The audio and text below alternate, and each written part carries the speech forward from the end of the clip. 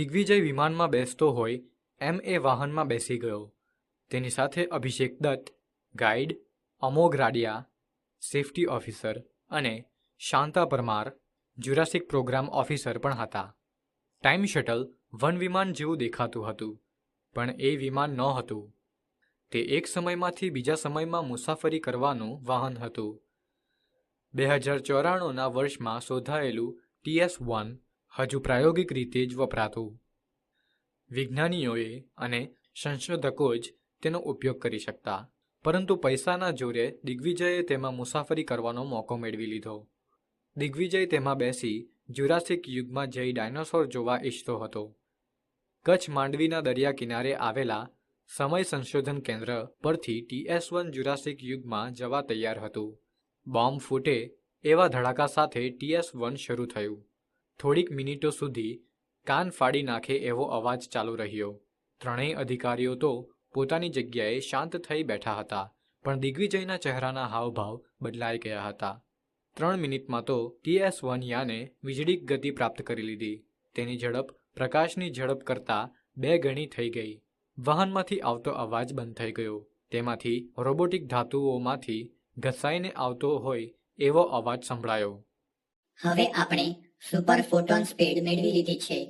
યાત્રીઓ પોતાની જગ્યાએ ઊભા થઈ TS-1માં ફરી શકશે. આ જાહેરાત બાદ શાંતા પરમારે દિગ્વિજયની સામે બેસી સમગ્ર કાર્યક્રમ વિશે પરિચય આપવાનું શરૂ કર્યું. મિસ્ટર રાણા, અમે તમારા માટે ડાયનોસોર જોઈ શકાય એ રીતે સમયને સેટ કર્યો છે. આ જગ્યાએ અમે પહેલા આવ્યા હતા ત્યારે લેઝર ટોર્ચ વડે તે જગ્યાને માર્ક કરી લીધી હતી. આપણે સૌએ જુરાસિક યુગમાં પહોંચી ગયા બાદ નાનકડા ફૂદાથી લઈને વિશાળ ડાયનોસોર સુધીનું દરેકનું ધ્યાન રાખવાનું છે. તેમાંથી કોઈને પણ નુકસાન થાય તો તેનું પરિણામ. શાંતા પોતાનું વાક્ય પૂરું કરે તે પહેલા અત્યાર સુધી પોતાની અંદર દબાવી રાખેલો દિગ્વિજયનો ડર બહાર આવી ગયો અને તે થોથવાઈને બોલ્યો, આ પણ કોઈ પ્રાણી આપણને મારી નાખવા આવે તો? Don't worry about it. અમે દરેક બાબતની પૂરેપૂરી કાળજી લીધી છે. નક્કી કરેલા સ્થાન ઉપર આપણે ઊભા રહીશું તો એવી કોઈ સમસ્યા આવશે જ નહીં. ઉલટાનું આપણે દરેક સજીવનું રક્ષણ કરવાનું છે. આપણાથી એક નાનકડી કીડીને પણ નુકસાન થવું જોઈએ નહીં. તમને અંદાજ પણ નહીં હોય કે જો આપણે એ સમયમાં કોઈક ભૂલ કરીશું તો તેનું કેટલું ભયંકર પરિણામ આ સમયમાં આવી શકે. મિસ્ટર રાણા, હું તમને ખાસ જણાવી દઉં કે આપણે સૌએ અમોઘની સૂચનાઓનું ચુસ્તપણે પાલન કરવાનું રહેશે. એ સલામતી અધિકારી છે એ વાત આપણે સૌએ સતત યાદ રાખવી પડશે. શાંતાએ શાંતિથી અને સ્પષ્ટ રીતે પોતાની વાત પૂરી કરી. ગભરાયેલા દિગ્વિજયે અધૂરા મનથી માત્ર ડોકું હલાવીને હા કહ્યું. TS-1ના ટાઈમ મીટરમાં સમય ભૂતકાળ તરફ ગતિ કરી રહ્યો હતો. ઈસવીસન 2093, 92, 91, 2050, 2000, 1500, 0, ઈસવીસન પૂર્વે 1, 1000, 20,000, 1 લાખ, 40 લાખ, અંતે ડાયલ પર ઈસવીસન પૂર્વે 14 કરોડ વર્ષનો અંક ચમક્યો અને ઘરઘરાટી કરીને શટલ અટક્યું. અવાજ આવ્યો, You have reached in the year 14 crore. Thank you for traveling with us. ખસેડી શકાય તેવા દરવાજા એની મેળે ખુલી ગયા. હરિયાળી અને ભીની ભીની સુગંધવાળી વિશાળ પૃથ્વી આછા આછા સૂર્યપ્રકાશમાં ચમકી રહી હતી. સફેદ ધાતુ જેવી એક પગદંડી પૂર્વ તરફ જતી હતી.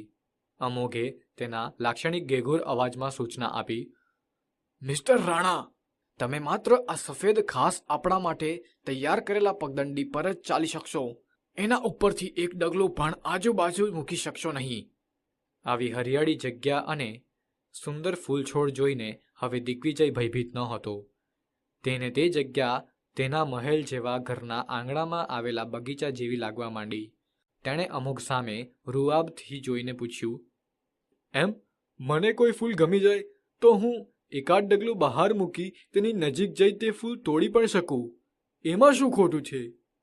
શાંતા મનમાં ગુસ્સે થઈ, પણ સ્વસ્થ થઈને ફરી વિસ્તારથી સમજાવ્યું કે દરેક સજીવ કેટલો અગત્યનો છે.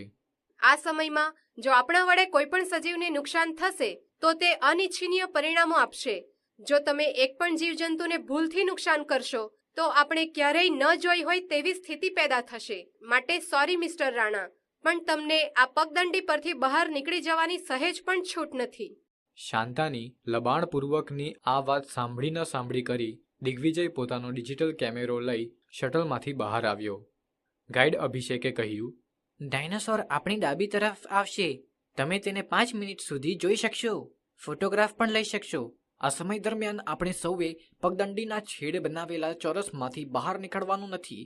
તેણે ખાતરી કરવા માટે પૂછ્યું. કોઈ સવાલ? કોઈએ કંઈ પૂછ્યું નહીં.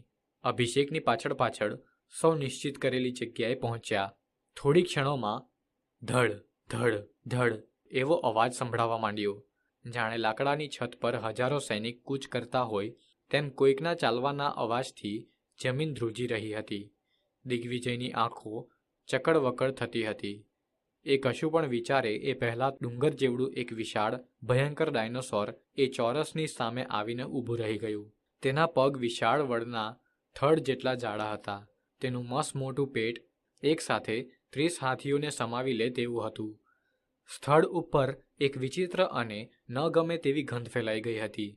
અચાનક અકારણ ડાયનોસોરે ગર્જના કરી. દિગ્વિજય તે સાંભળી ચક્કર ખાઈ ગયો. જો અમોઘે તેને પકડ્યો ન હોત તો ત્યાં જ પડી ગયો હોત.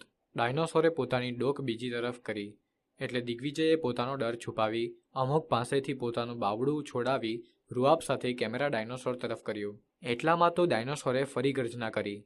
આ વખતે પહેલાં કરતાં પણ વધુ ભયાનક અને ડરામણી. એ ગર્જના સામે દિગ્વિજય ટકી શક્યો નહીં. તેના હાંજા ગગડી ગયા અને કોઈ કશું વિચારે તે પહેલાં તે જીવ લઈને ભાગ્યો.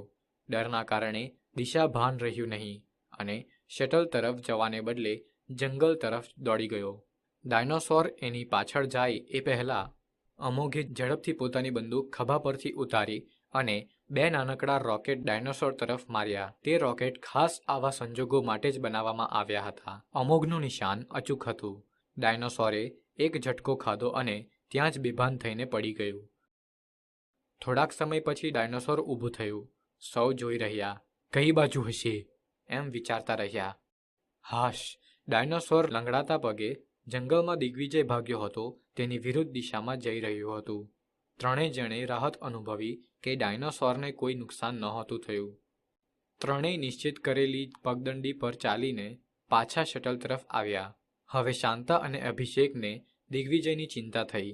અમોઘને ગુસ્સો આવ્યો. અભિષેકે દિગ્વિજયનો કેમેરા શટલમાં મૂક્યો.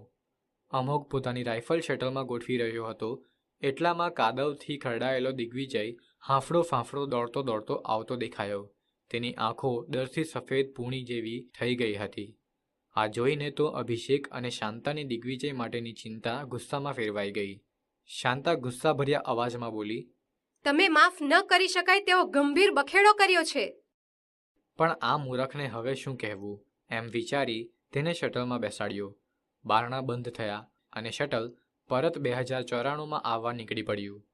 ડાયલ પર ઈસવીસન પૂર્વે 14 કરોડ 40 લાખ 10 લાખ 20,000 1,000 0 ઈસવીસન 100 1000 2000 એમ કરતાં કરતાં વર્ષ 2094 અંક દેખાયો. ઘરઘરાટી કરી શટલ જેવું બંધ થયું કે તરત જ દિગ્વિજય આનંદથી બોલી પડ્યો, હાશ! ઘરે પાછા આવી ગયા. અવાજમાં તુચકાર રાખી પેલા ત્રણેય બાજુ જોઈ કહે, બેકાર અને કંટાળજનક પ્રવાસમાંથી. આળસ મરડતો દિગ્વિજય બહાર નીકળ્યો.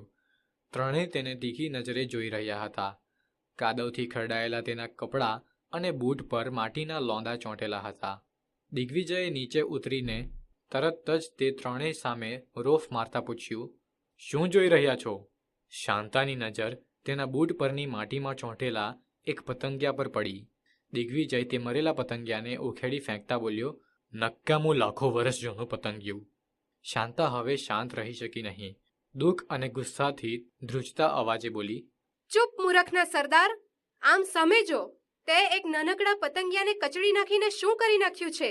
દિગ્વિજય ફાટી આંખે જોઈ રહ્યો. પ્રયોગશાળાની જગ્યાએ સાવ વિચિત્ર લાગતું એક બાંધકામ હતું.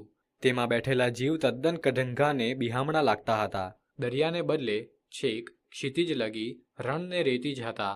પાણી, ઘાસ, વૃક્ષ ફૂલો કંઈ જ ન હતું. ધોળાફક આકાશમાં આગ વરસાવતો સૂરજ અસહ્ય ગરમી ઓકી રહ્યો હતો. ન કોઈ કલશોર, ન માનવોનો ગણગણાટ, હતો માત્ર ભયંકર સન્નાટો.